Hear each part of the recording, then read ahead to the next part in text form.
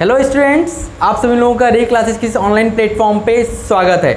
तो बच्चों, हम लोगों ने प्रीवियस क्लास में बोहर्स मॉडल ऑफ एटम के सारे एजम्पशंस पढ़ लिए, क्या क्या उनके एजम्पशंस थे। तो अब हम आगे चलते हैं। अब हम क्या करते हैं, अब हम किसी भी पर्टिकुलर जो ऑर्बिट है उसका रेडियस फाइंड आउट करते हैं। कैसे फाइंड आउट करेंगे वो देखिएगा। जैसे हम लोगों ने बोहर्स एटॉमिक मॉडल जब हम पढ़ रहे थे, बोहर्स मॉडल ऑफ एटम पढ़ रहे थे, तो वहाँ मैंने दो मैथमेटिकल रिप्रेजेंटेशन बताया था, दो इक्वेशंस बताई थी। एक इक्वेशन क्या थी, पहली इक्वेशन जो थी हमने बताया था कि MVR जो होता है, MVR ये किसके इक्वल होता है, NH/2π। NH/2π के इक्वल होता है, ये पहला बताया था। एंगुलर मोमेंटम जिसको बोला था हमने, angular momentum whole number multiple integer multiple होता है किसका, H/2π का। ये मैंने आपको बताया था। दूसरा क्या बताया था कि mv²/r ये किसके इक्वल था, mv²/r जो था kZe²/r²। ये हमारा क्या था, ये हमारा दूसरा इक्वेशन था। ठीक है। अब यहाँ पे इतने सारे टर्म्स हैं, अगर हम इसमें देखें, अगर इन सारे टर्म्स में अगर हम ये देखें कि जो हमारा Z है, जो हमारा H है, जो हमारा पाई है, जो हमारा K है, जो हमारा M है और जो हमारा E है, Z छोड़ दीजिए, Z नहीं, H, पाई, M, E और R, ये सब क्या हैं, ये सब एक कांस्टेंट्स हैं। ये सब क्या हैं, ये सब आपके क्या हैं, कांस्टेंट्स हैं।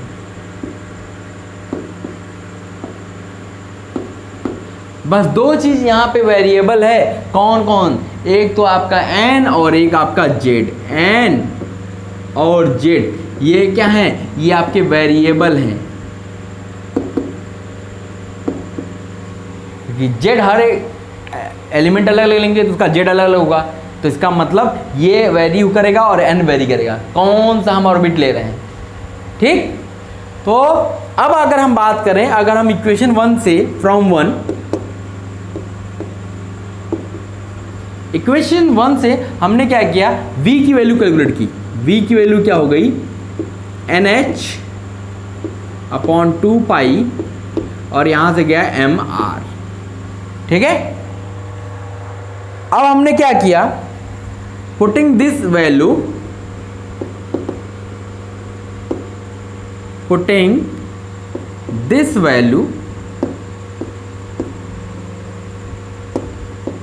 इन इक्वेशन 2 और इसको ले जाकर इक्वेशन 2 में रख दिया।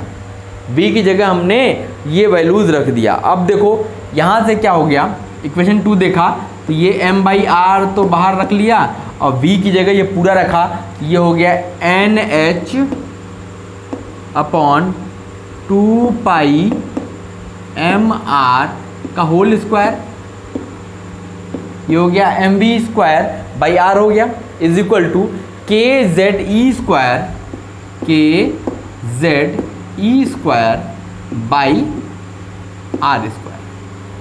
यही होगा। अब देखो अगर हम यहाँ से कैंसिल करें चीज़ों को तो क्या क्या चीज़ें कैंसिल होंगी, तो KZe²। ठीक है। अब यहाँ से देखोगे तो ये आपका R² कैंसिल हो जाएगा। ठीक। यहाँ से एक M कैंसिल होगा ना, तो जो चीज़ बचेगी उसको हम लोग लिख लेते हैं, और यहाँ से बचेगा R, तो हम R को उधर ले आते हैं, बाकी सब चीज़ों को एक तरफ करते हैं। तो R की वैल्यू हमें निकालनी है, तो R इज इक्वल टू, देखो इसको इधर ले गए, बाकी सबको इधर ले आओ, तो ये हो गया, यहाँ से एक M कैंसिल हो गया, ये हो गया N² H² ऊपर हो गया अपॉन 4π², एक M बचा हुआ है, into KZ E square, N square H square 4 pi square M के जेड ई स्क्वायर। तो ये जो हमारा आया यही हमारा क्या हो गया, रेडियस। किसी भी ऑर्बिट का रेडियस आपको निकालना है तो यहां से ये आर हमको मिल गया।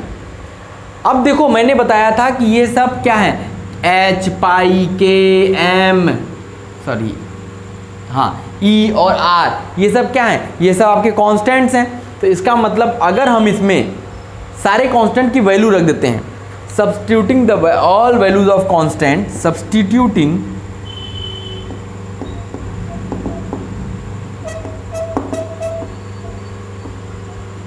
all values of constants,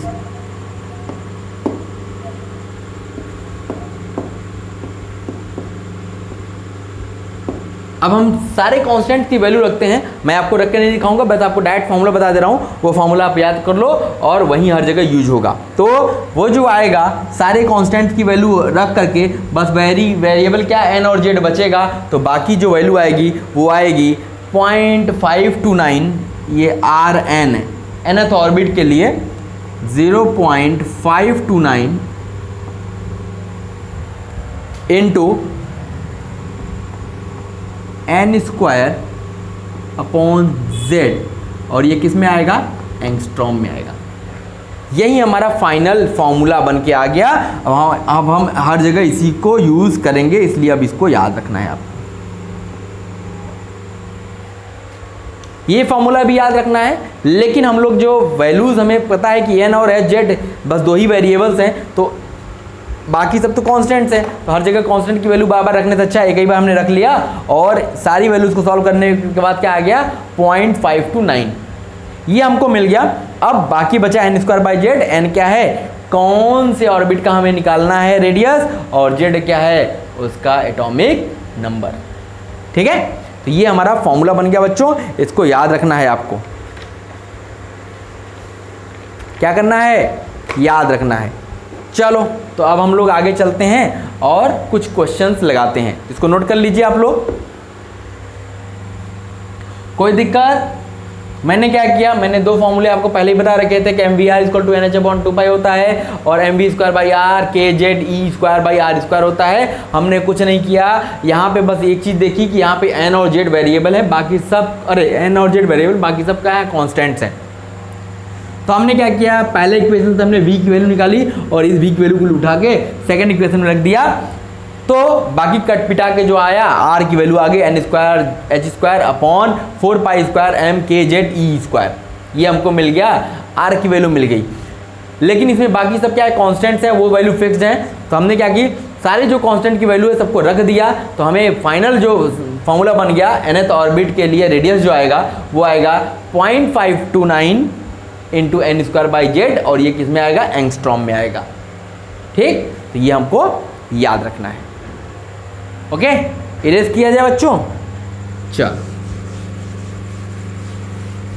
तो हमने रेडियस फाइंड आउट कर लिया।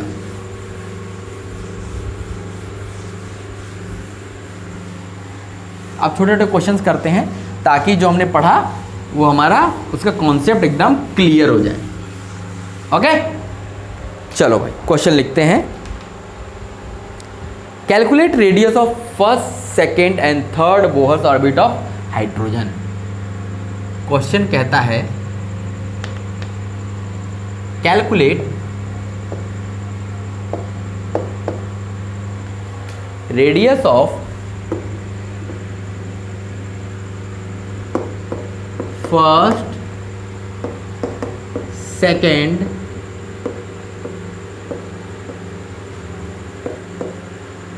and third Bohr's orbit for hydrogen. Bohr's orbit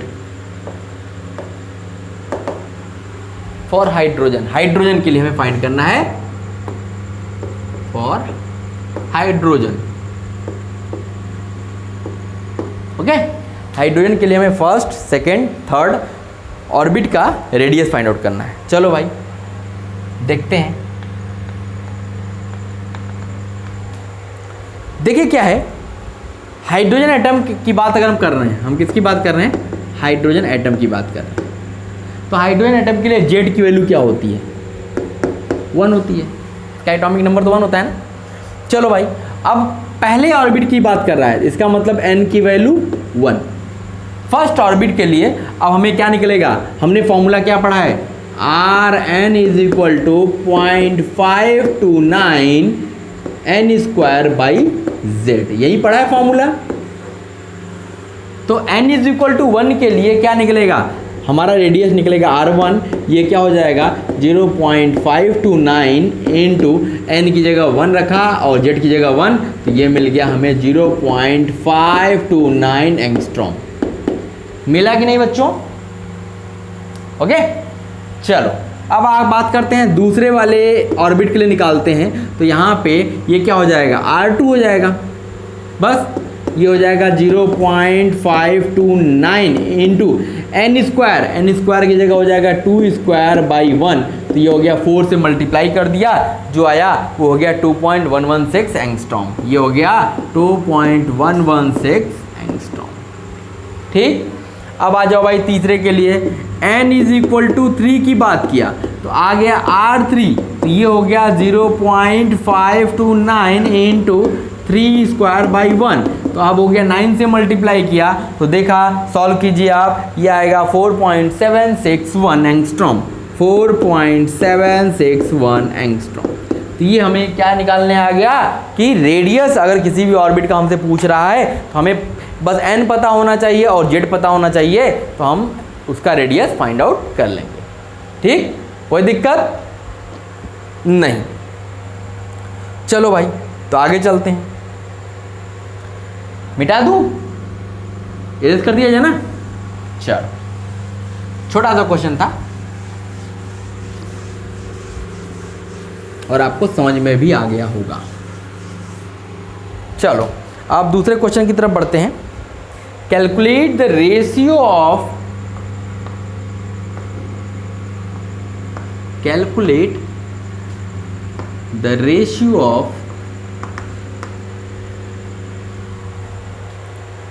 third Bohr orbit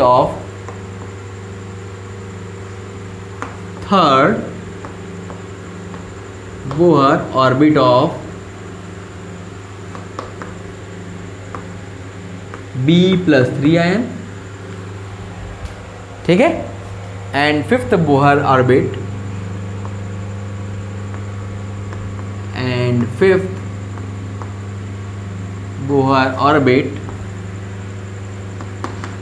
of Li+2 ion, Li+2। यहाँ पे आपको क्या कह रहा है, यहाँ पे आपको रेशियो फाइंड आउट करना है। क्या फाइंड आउट करना है, रेशियो।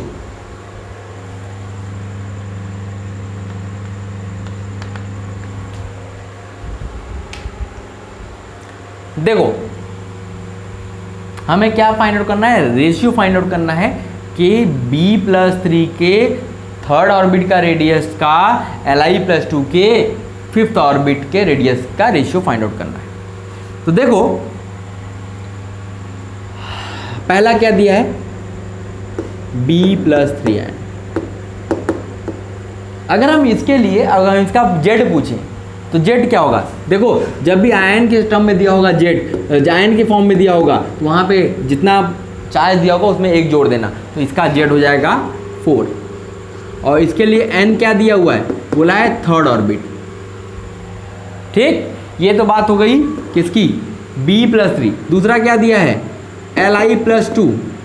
इसका मतलब इसके लिए अगर हम Li+2 आयन, अगर हम इसके लिए Z की बात करें तो इसका चार्ज +2 तो एक जोड़ दिया 3 हो गया, और इसके लिए N क्या दिया है 5। ठीक है, अब हम क्या करते हैं, इसके लिए N = 3 मतलब R3 पूछ रहा है, तो R3 क्या हो गया 0.529 इंटू N स्क्वायर, 3 9/4। इसको आप कैलकुलेट नहीं करेंगे, ऐसे ही छोड़ देंगे। ठीक है, आ जाओ भाई यहाँ पे, ये R5 = 0.529 इंटू 5 का स्क्वायर बाई 3। ठीक है, तो अब हमसे पूछा क्या था, रेशियो, तो R किसका, B+3 के कौन से थर्ड ऑर्बिट का, अपॉन R Li+2 के कौन से ऑर्बिट का, फिफ्थ ऑर्बिट का रेशियो, तो ये हो गया 0.529 इंटू 9/4 अपॉन 0.529 इंटू 25/3। यहाँ से ये तो कैंसिल हो गया, तो यहाँ से मिल गया 9/4 मतलब हो गया 27/100।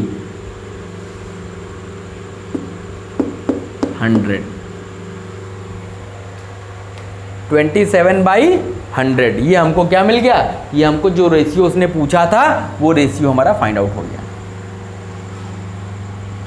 कोई दिक्कत? कुछ नहीं, इसमें दिक्कत क्या होनी चाहिए, इसमें कोई दिक्कत वाली बात तो है नहीं। ओके, चलो नोट कर लीजिए। तो और भी क्वेश्चंस लेते हैं, छोटे छोटे क्वेश्चंस लेंगे ताकि आपका कॉन्सेप्ट एकदम क्लियर हो जाए। हो गया बच्चों? चलो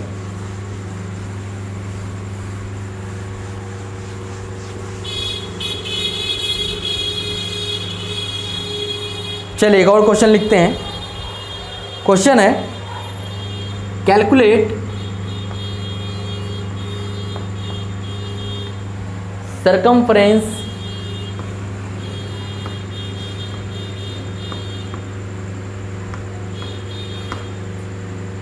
circumference diameter, calculate circumference diameter and area of the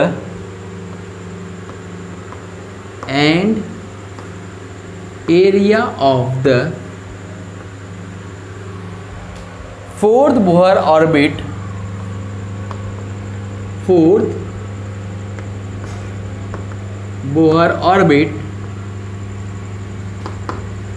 for B+3 आए।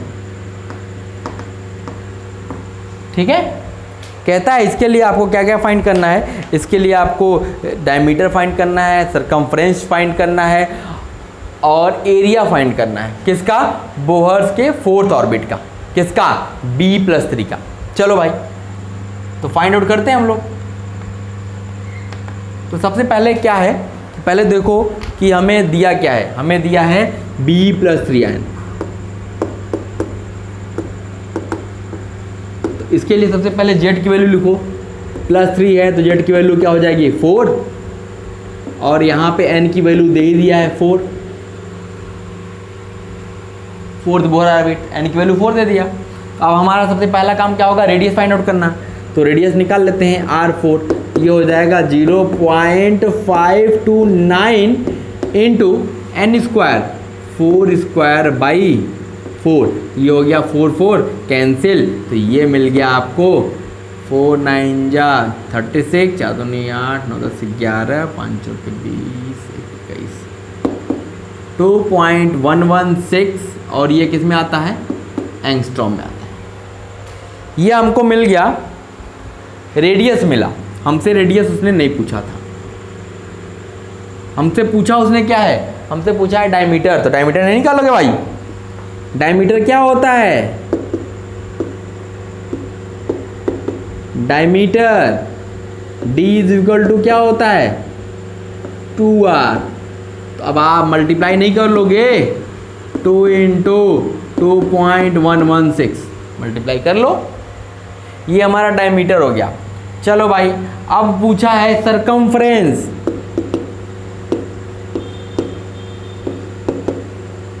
क्या पूछा है, सरकमफ्रेंस। सरकमफ्रेंस C = क्या होता है, ये होता है 2πr।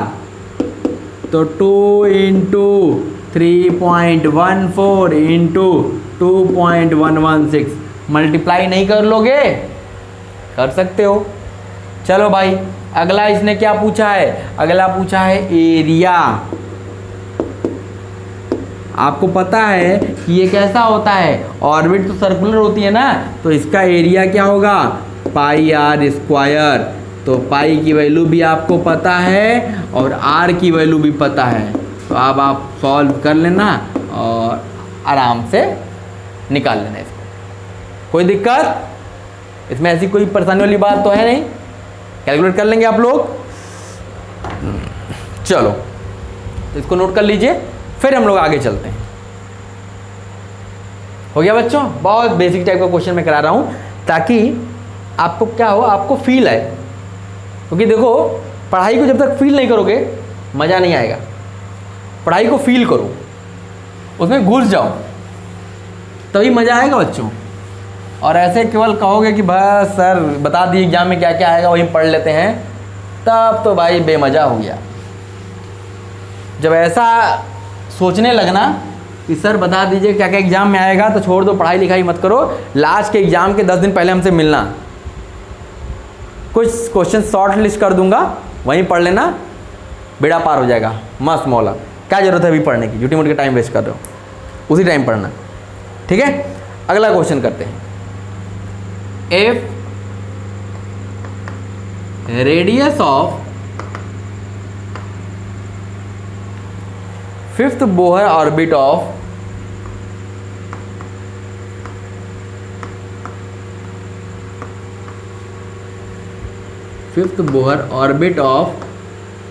Li+2 ion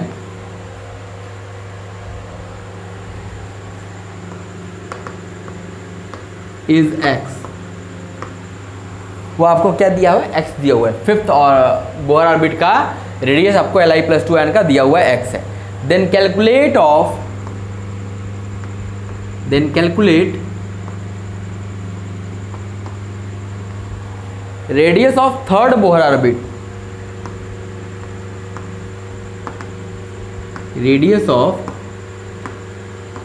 third Bohr orbit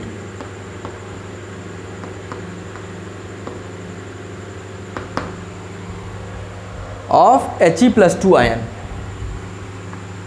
of He+2 ion in terms of x, x के टर्म्स में,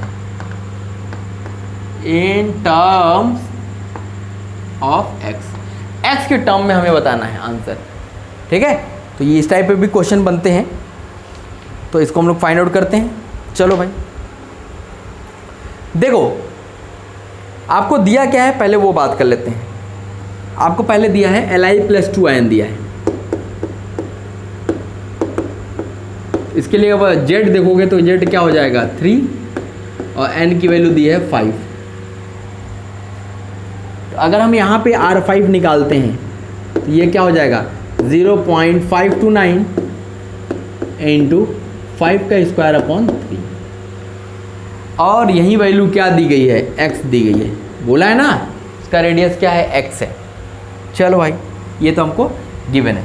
हमको निकालना क्या है, बोला है He+2 आयन का हमें रेडियस फाइंड आउट करना है, इन टर्म्स ऑफ x निकालना है। अब देखो इसके लिए Z अगर देखा जाए, Z की वैल्यू क्या है 3 है, आयन से एक बढ़ा दो, और N की वैल्यू क्या बोला है, कौन सा ऑर्बिट, थर्ड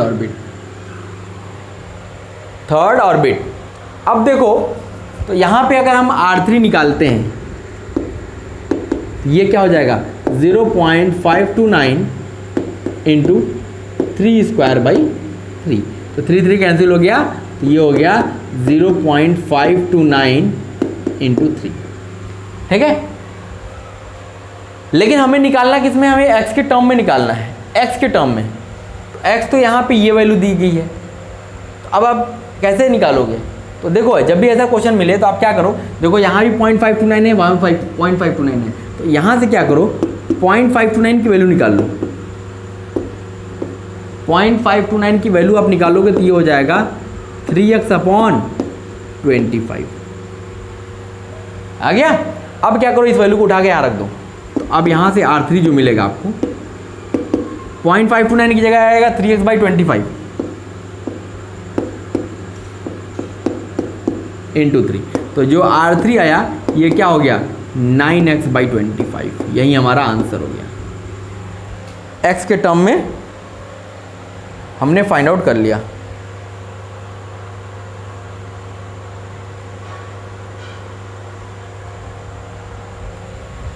ठीक है, तो यही हमारा आंसर हो गया। कोई दिक्कत नहीं, ओके। चल,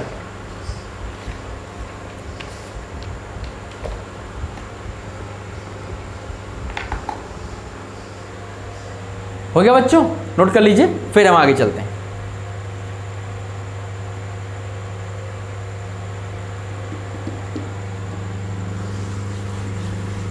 अब देखो, अब जैसे एग्जाम में क्या होता है, छोटे छोटे क्वेश्चंस पूछते हैं ग्राफ से रिलेटेड। तो एक दो क्वेश्चंस हम लोग ग्राफ भी देख लेते हैं कि रेडियस से रिलेटेड ग्राफ क्या क्या है। तो ग्राफ रिलेटेड टू रेडियस,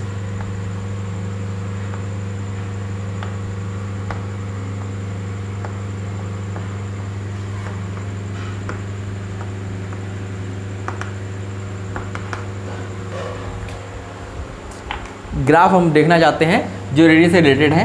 तो देखो क्या है, हमने जो फॉर्मूला पढ़ा है आर्यन, ये क्या पढ़ा है 0.529 n²/z, यही पढ़ा है। तो अगर हम ग्राफ बनाना चाहते हैं, graph between Rn and 1/z, और Rn और z के बीच में हमने ग्राफ बनाना है, और मान लेते यहाँ पे ले लेते हैं n क्या हमारा कांस्टेंट है। हमने क्या लिया है, n कांस्टेंट ले लिया है। तो देखो अब हम लोग क्या करना चाहते हैं,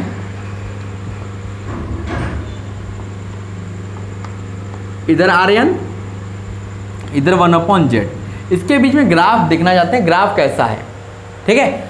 अब अगर हम यहाँ पे देखें, ये हमारा इक्वेशन था Rn is equal to 0.529 into 1/z into n²। अब देखो अगर हम देखें इस Rn को अगर हमने y ले लिया, ठीक, अब देखो यहाँ n कांस्टेंट है, n² कांस्टेंट हुआ, और ये भी कांस्टेंट है, तो ये दोनों कांस्टेंट मल्टीप्लाई हो गए, तो इसको मान लिया कि ये m है कोई कांस्टेंट, और इसको हमने क्या ले लिया, इसको ले लिया x। 1/z को हमने क्या ले लिया, x ले लिया। तो देखो ये क्या मिल गया, y is equal to mx। अब ये क्या होता है, ये एक ऐसे लाइन का इक्वेशन है जो लाइन स्ट्रेट लाइन होती है, और वो कहाँ से पास करती है, ओरिजिन से पास करती है। क्यों, क्योंकि यहाँ mx प्लस c नहीं है, c होता है तो वो y इंटरसेप्ट हो जाता है, लेकिन यहाँ c की वैल्यू 0 है। इसका मतलब ये ऐसी लाइन का इक्वेशन है जो क्या है, जो ओरिजिन से पास करती है। तो इसका मतलब इसका ग्राफ Rn और 1/z के बीच का ग्राफ जो होगा वो कैसा होगा, वो ग्राफ होगा आपका ऐसा। आपका ग्राफ कैसा होगा, ये ऐसा ग्राफ होगा, समझ पा रहे हो। और अगर आपसे पूछ दे यहीं पे, अगर कोई आपसे पूछे कि भैया ग्राफ बताओ, graph between Rn and z, अब उसने 1/z के बीच में नहीं, Rn और z के बीच में ग्राफ पूछा। तो अब देखो ये हमारा Rn हो गया, अब इधर हमारा z हो गया, ठीक। अब यहाँ पे अगर देखो, तो अगर हम यहाँ पे z को x लेते हैं, z को x ले लेते हो, तो ये हो जाएगा y is equal to m into 1/x, इस टाइप का हो गया। अब ये देखो यहाँ पे, अब इसका ग्राफ कैसा होगा, अब इसका ग्राफ को अगर देखोगे, अगर x की वैल्यू 0 हो रही है तो y किधर होगा, y इनफाइनाइट होगा, क्योंकि 1/x है ना। अगर x की वैल्यू 0 की तरफ जा रही है तो y इनफाइनाइट की तरफ जा रहा है, और अगर y की वैल्यू 0 हो रही है तो x इनफाइनाइट की तरफ जा रहा है। y और x में क्या है, इनवर्स रिलेशन है, मतलब x 0 की तरफ जाएगा तो y इनफाइनाइट की तरफ जाएगा, अगर y 0 की तरफ जाएगा तो x इनफाइनाइट की तरफ जाएगा। तो इसका ग्राफ कैसा होगा, इसका ग्राफ कर्वेचर होगा, इसका ग्राफ एक कर्वेचर होगा, इसका ग्राफ क्या होगा, कर्वेचर होगा। और उसके ग्राफ को क्या बोलते हैं, उसका नाम है रेक्टेंगुलर हाइपरबोला।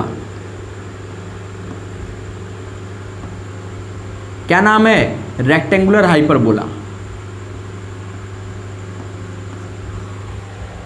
और उसका ग्राफ आएगा कैसा, उसका स्ट्रक्चर ऐसा होगा, इधर x इनफाइनाइट की तरफ जा रहा है तो y 0 की तरफ जा रहा है, और यहाँ x 0 की तरफ जा रहा है तो y इनफाइनाइट की तरफ जा रहा है। तो ये इसका ग्राफ है, आर्यन और जेड के बीच का, आर्यन और जेड के बीच का ये ग्राफ है। ठीक है, अब देखो, अगर आपसे कोई पूछे, ये नोट कर लिया, मिटा दूं, चलो। अब हमने क्या किया, अब हमने थोड़ा सा और अलग टाइप कर दिया। हमने क्या बोल दिया, हमने बोला अब हमने जेड को कांस्टेंट ले लिया। हमने क्या लिया, जेड को कांस्टेंट ले लिया। अब हम ग्राफ किसके बीच में खींचना चाहते हैं, graph between R n and n square, R n और एन स्क्वायर के बीच में ग्राफ खींचना चाहते हैं। देखिए कैसा आता है, ये हमारा आर्यन हो गया एक एक्सिस पे, और इस पे हो गया एन स्क्वायर। ठीक है, अब देखो फिर से ये जेड कांस्टेंट हो गया, तो आर्यन इसको y मान लिया, y is equal to m into x, n square को x ले लिया तो y is equal to m x type का मिल गया। इसका मतलब फिर से इसका ग्राफ कैसा होगा, आर्यन और एन स्क्वायर के बीच का ग्राफ क्या होगा, एक ऐसा स्ट्रेट लाइन जो ओरिजिन से पास कर रहा होगा, तो ये ऐसा ग्राफ होगा। ठीक है, तो ये हमारा आर्यन और एन स्क्वायर के बीच का ग्राफ है। मान लो अगर आपसे यही बोलता है कि जेड तो कांस्टेंट है, लेकिन अब आप जो ग्राफ है वो आप आर्यन और एन के बीच में खींच के बताओ। अब एन स्क्वायर नहीं है, एन आ गया, तो अब देखो क्या होगा, ये हमारा आर्यन हो गया, ये हमारा एन हो गया। अब आर्यन और एन के बीच में ग्राफ खींचना है, तो देखो अगर हम यहां पे एन को x ले लेते हैं, एन को x लेते हैं, तो y इज इक्वल टू ये एम एक्स स्क्वायर टाइप का बनेगा फंक्शन, और ये y is equal to m x square, ये कैसा होता है, ये आपका इक्वेशन कैसा, ये इक्वेशन किसका है, ये है पैराबोला। ये क्या है, ये है पैराबोला। तो इसका ग्राफ कैसा बनेगा, इसका ग्राफ आपका ऐसा बनेगा। ठीक है, तो ये याद रखिएगा, ये इस टाइप के छोटे छोटे क्वेश्चन बनते हैं। अब जैसे एक छोटा सा क्वेश्चन जैसे ऑब्जेक्टिव टाइप में आपसे पूछ सकता है, तो अब हम इसको भी डिस्कस कर लेते हैं। जैसे मान लो कि आपको क्वेश्चन दिया हुआ है, ये आर्यन है और 1/z। अब यहां पे इसने दो ग्राफ दिए, बोला एक ये है, ये भी ओरिजिन से पास कर रहा है, एक ये ए का ग्राफ है और ये बी का ग्राफ है। ठीक है, अब इसने बोला कि आपको हमने दो एलिमेंट दे दिए, एक AH और एक HE+। तो बताइए इसमें H का ग्राफ कौन है, HE+ का ग्राफ कौन है, H का ग्राफ कौन सा है और HE+ का ग्राफ कौन सा है। अगर आप देखो तो H का इसका एटॉमिक नंबर कितना है 1, इसका एटॉमिक नंबर कितना है 2। तो देखो Z की वैल्यू यहाँ 1 है, यहाँ 2 है, तो यहाँ Z जो फॉर्मूले में है वो कहाँ पे है, डिनोमिनेटर में है। जब Z कम होगा तो 1/z की वैल्यू ज़्यादा होगी, जितना ज़्यादा Z होगा 1/z की वैल्यू उतनी ही कम होगी। तो इसका मतलब जिसके लिए Z की वैल्यू कम होगी 1/z की वैल्यू ज़्यादा होगी, तो Rn की वैल्यू ज़्यादा होगी। समझ पा रहे हो कि जिसके लिए Z की वैल्यू कम होगी तो 1/z की वैल्यू क्या होगी, ज़्यादा होगी। 1/z ज़्यादा है तो इसका मतलब ये ज़्यादा हो गया, तो 0.529 में मल्टीप्लाई किया ज़्यादा आएगा, तो इसका मतलब आर्यन का उसके लिए ग्राफ क्या होगा, ऊपर होगा। और जिसके लिए Z की वैल्यू ज़्यादा है 1/z की वैल्यू क्या होगी, कम होगी, तो 1/z कम होगा, इसका मतलब ये वैल्यू कम हो गई, ये वैल्यू कम हो गई, इसका मतलब उसका ग्राफ क्या होगा, नीचे होगा। इसका मतलब अगर हम यहाँ से बोलें ए जो ग्राफ है वो किसका है, तो ये हाइड्रोजन का ग्राफ होगा और बी किसका ग्राफ होगा, He+ का। इस टाइप के छोटे छोटे क्वेश्चंस बनते हैं, तो आप इसको याद रखेंगे, ध्यान रखेंगे, ठीक है। कोई दिक्कत? तो हमने आज की क्लास में हमने क्या किया, आज की क्लास में हमने रेडियस फाइंड आउट किया, किसी भी ऑर्बिट के लिए, बोहर्स ऑर्बिट के लिए हमने रेडियस फाइंड आउट किया।